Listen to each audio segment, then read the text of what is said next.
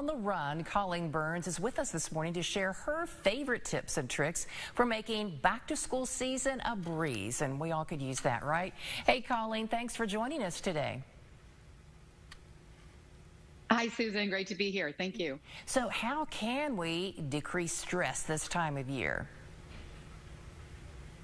Oh, Susan, it is a stressful time of the year and it's expensive. The average family can expect to spend $900 on back to school supplies, and that's 24% more than just 2 years ago. So inflation and technology expense, it's really getting up there. But there is a way to save stress and money and time. And, right now I'm ordering a lot from DoorDash. I don't know if you're there yet or not, but why would I want to keep driving to stores, especially with kids in tow? And I just realized for the first time I can get school supplies that way.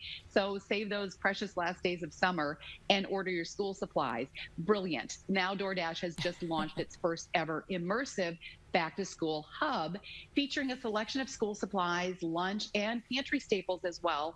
You get them delivered to your home in under an hour on average. And plus, with the Dash Pass, members pay $0 for delivery, and they have access to exclusive savings. So you can save some good money here. In fact, get up to 30% off from Staples, Dick's Sporting Goods, Aldi, and more. So to get an A for no effort, go to DoorDash.com/back-to-school-delivery.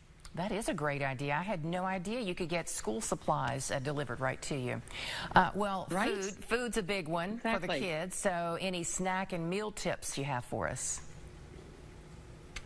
I do. Your kids are working hard, growing their bodies and their minds. You want to choose those snacks wisely. Raisins are such a good one. They're made with whole fruit, and they're one of the very few better-for-you snacks that actually taste good, so you don't have to talk your kids into eating them.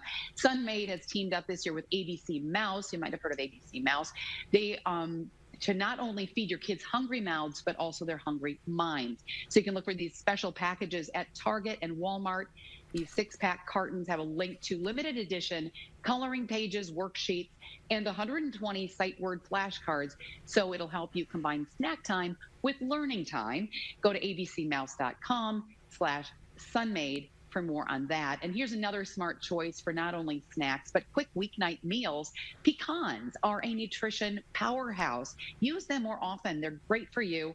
You can use pecans in easy snack recipes like these no-bake German chocolate energy bites. They get their sweetness from dates. You can use figs or any other dried fruit, including raisins, and no sugar. And they can be made in 10 minutes, stored in the refrigerator. It's a great pick-me-up after school for your kids. And you can ramp up your dinner recipes by adding crunch as well as extra nutrients, like this mac and cheese with a cheese and pecan crumb topping. Find these recipes and more at eatpecans.com. Ooh, those look good. Okay, anything else you want to remind us of that we might be forgetting, haven't even thought of yet? It is such a busy time of the year, and one thing that might be missed is that it's really important to make sure your kids have a comprehensive eye exam. That's not the same as a basic screening they'll get at school. And get this, too much screen time, also called near work, is likely contributing to what we're seeing as a rapid increase in myopia or nearsightedness in kids. In fact, 50% of North America's population will be myopic by 2030. That's right around the corner. You can be proactive, though. Ask your eye doctor about MiSight. It's the only FDA-approved treatment for myopia control. These once-a-day contact lenses prevent the abnormal lengthening of children's eyeballs that causes myopia. You can visit MiSight, that's MiSight.com, for more information on that. Yeah, that's a good reminder. Well, Colleen, thanks so much for sharing this with us on Studio 3 today. Absolutely. And for more information on these tips and ideas and recipes, you can go to dailylounge.com. Great. I think a lot of families can relate right now because that alarm clock went off early this week for a lot of our school districts, and even more next week. So everyone's in that frame of mind right now, getting the kids to bed early, even the teenagers, trying to get them to shut it all down early enough so they can get some sleep and then figure out what to feed them. It's a busy time of year. Yeah, and then if you're like me, you're trying to hit the snooze button and get like 5 or 10 extra minutes in the morning. And it is tough to get everybody out the door on time. Yeah. I think the more that you can do the night before to help prepare, the better. Yeah. Because I was always the world's worst about.